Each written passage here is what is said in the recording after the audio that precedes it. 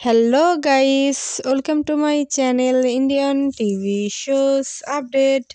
Guys, इस video में मैं आप लोगों को सब टीवी के टोटल 5 सीरियल की biography report of the week 8 के बारे में बताने वाली हूँ।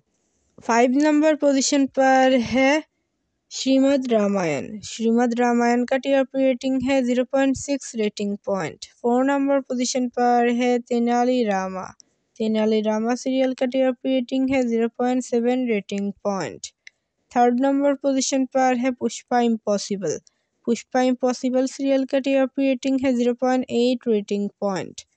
2nd नंबर पोजीशन पर है वागली की दुनिया। वागली की दुनिया सीरियल का टीआरपी रेटिंग है 0.9 रेटिंग पॉइंट। और 1st नंबर पोजीशन पर है तारक मेहता का उल्टा चश्मा। तारक मेहता का उल्टा चश्मा सीरियल का टीआरपी रेटिंग है 1.7 रेटिंग पॉइंट।